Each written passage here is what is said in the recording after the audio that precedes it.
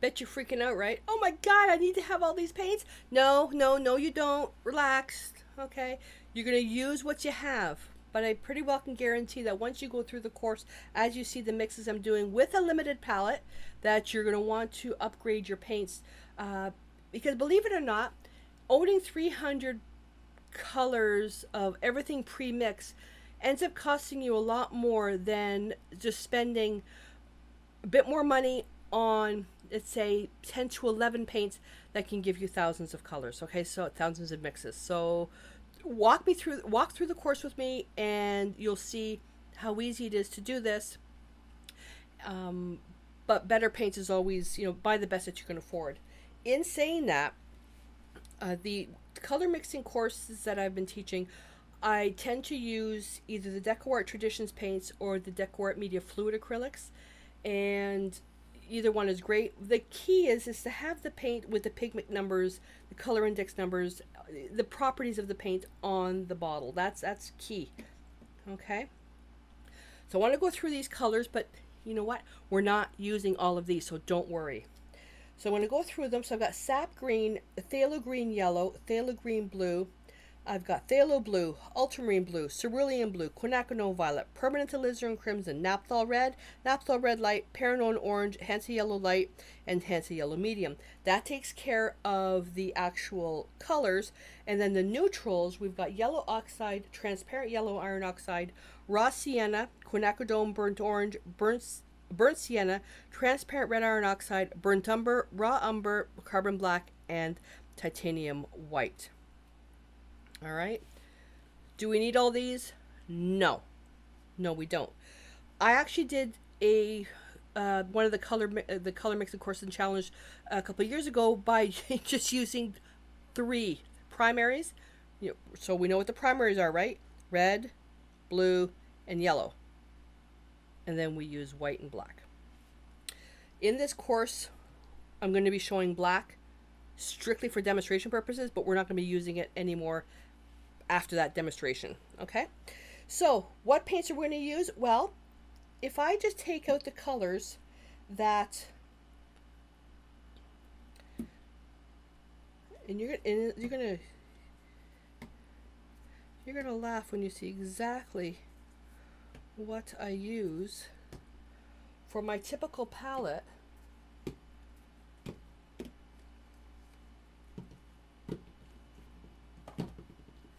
There. That's my limited palette. And I can even probably get rid of that. That's it. That's all you need. But is that all you need? Okay. When we actually get through to the lessons, and I'm going to use these two as a perfect example. So we have a Hansa yellow light and a Hansa yellow medium. But if you look at them, they're completely different yellows. They're single pigments, okay, so they're still, the professional quality paints, but the actual pigment that's used is a little bit different. This yellow leans a bit more towards green, and this yellow leans a little bit more towards orange. That's why I have both. Because when you're creating your palette, what you'll end up doing, and let me just put it like this, if we want to look at how the colors appear, let's go here. No, this one here, up here, and we have this, and then the neutrals really don't matter. So I'm not even going to bring those into the picture.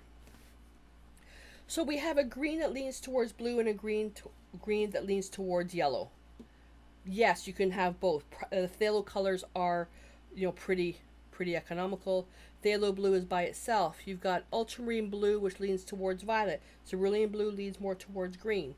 You've got alizarin crimson, which is a red that leans towards blue. You got quinacridone violet, which is a violet color. So, naphthol red, which is more of a pure red, naphthol red light leans towards orange. So they all lean in different areas. So when we start doing the color mixes, I'm going to be using a very limited palette, but then I'm going to show you alternatives if you want to expand your palette if you're getting more into fine art. So when you're getting more into fine art of doing portraits and landscapes and stuff like that, you will want to have colors that lean towards both sides of the color wheel. And in saying that, if you're looking at doing paintings, like for portraits, there's a certain palette you can have, or landscapes, a certain palette you can have, but it's all within these colors. So it's not like you have to buy new paint. You already have you'll already have everything. It's just choosing to make that palette, because you want to use the least amount of colors as possible in your palette to get the job done. That way your painting's going to look harmonious and cohesive, and not full of a mishmash of colors that you really have no idea what they do. Okay, so hopefully that makes a little bit of sense. If you have, fluid acrylics, that's fine. The thing with the fluid acrylics is that because they're a bit more transparent, you're not going to be able to experience working with opaque paints, but use what you have. Now, if you're using craft paint, or like the Decor Americana, craft paint, stuff like that, you can still get it done. It'll be a little bit harder for you because you're really going to have to look at the color and do a lot more experimenting to analyze what the true color is. So just to let you know, but you can do this course with craft paint. All right. With the colors, I wanted to talk about the actual labeling. This is the key thing. It'll just make your job so much easier. So like the Traditions has the pigment number, how opaque it is, the light fast, the hue, value, and chroma. We're not going to go through this course of a lot of the technical parts of the paint. What we're concerned with is the pigment number, the opacity, and the value. Value is the lightness or darkness of a color. Hue is just another word for color. That's all it is. Light fast is whether the paint, that's whether the paint is fugitive or not. Most of the paints that are being manufactured now are as light fast as possible. They don't fade. Perfect example is pure alizarin crimson. Pure alizarin crimson. Anything that says permanent alizarin crimson, or alizarin crimson permanent, or alizarin crimson hue is not the pure alizarin crimson, because that fades so fast over time. So, we don't want to use that. And good paint manufacturers, they're coming up with the closest mixes possible in order to get this. So that's that. So the light fast, okay. We want to know the transparency. So this particular paint is semi-transparent, and the pigment number, which is PR177. And although you really don't need to know what the numbers, it's the PR, pigment red. Yellow oxide, PY, pigment yellow. The ultramarine blue, PB29, pigment blue. So that will give you an idea of, first of all, where it sits on the color wheel. Oh yeah, we're going to be doing a color wheel, so yay for you.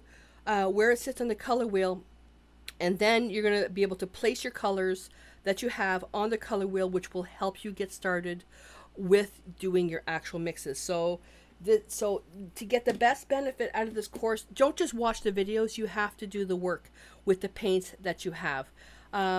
Don't say, oh, I'm going to watch all the videos, when the thing's all done, then I'll do it. You won't do it. You got to do it as the videos are being released, because this is a long course. I'm making the videos in smaller chunks, but the typical exercise is going to be probably between 15 to 20 minutes, and then there'll be your homework assignment, which you can then post your picture on. And the homework is basically taking what you've learned in that segment and applying it to something useful. So you'll create a piece of artwork out of it. All right. So we've covered off the paints. Again, you can use whatever paints you have, but if you've got, good quality paints and craft paint, use the good quality paint for this course, because it'll just make your job so much easier. And if you're in an area of the world where it's hot, like where I am, make sure you have a mister bottle with distilled water, that we can keep mixing your paints so they stay wet. And that's about it. So let's get ready with our first lesson. I'm going to take all these paints, I'm going to shove them right up here, and I'm going to be pulling them out, and I'm going to be explaining everything about the mix. So if you're an advanced artist, you may find it boring, but you might pick something up. So just go through it, and see where it takes you. And if you already know the material, then just skip ahead to the homework assignment and then post that. But make sure when you post your homework assignment that you actually say that you already know color theory and you didn't do the mixes, because if you post your homework assignment and it doesn't make sense, I will be asking you to post your color mix paper. I will be asking you to post that. All right, so just a forewarning. This course is for those who want to expand their knowledge of color mixing in a practical way, and save money on not having to buy so many paints, but being able to buy better quality paints. All right, so let's get started.